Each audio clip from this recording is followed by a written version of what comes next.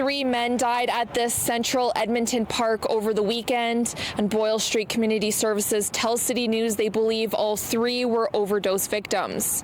Now they're wanting to see steps taken for an emergency response plan for what they call an opioid crisis. 3 bouquets of flowers left in the park, marking the spot where the 3 men died Friday afternoon. One woman witnessed the overdose without even knowing it was happening. I thought they were sleeping.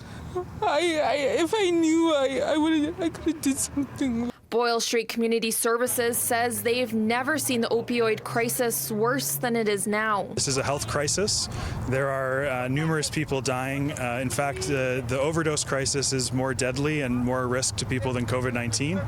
And so we need to make sure that we have the appropriate health response to this. And that's who needs to lead it. But it needs to be a coordinated response across our community. Their team members on the front lines dealing with overdoses every single day. They're having to respond and administer naloxone.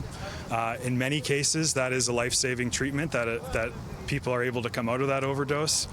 In many cases, it's not, and we do see death regularly. More than ever, they're calling for action to put this to an end, saying they need more resources. It's having access to good data, so we know what's happening when it's happening. It's having access to a command center that's coordinating the response across different agencies.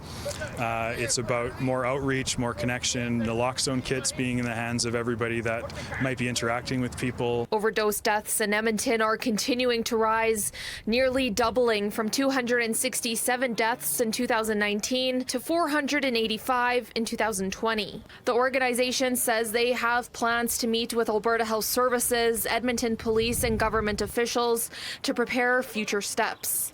In Edmonton, Laura Crouse, City News.